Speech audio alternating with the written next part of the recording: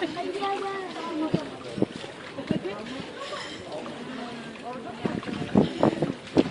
mi daha? Cesaret. Bak kedi bak bak bak.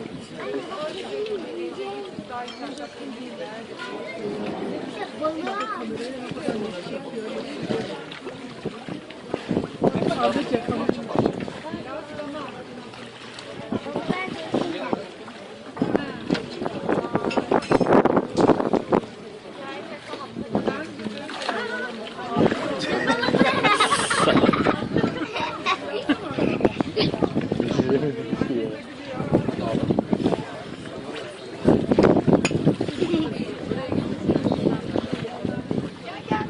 Alırsa alır ama alamaz.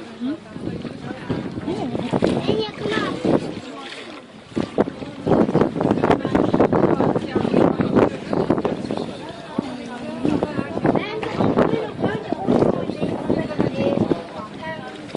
Bak benim attığım böreği yiyorlar.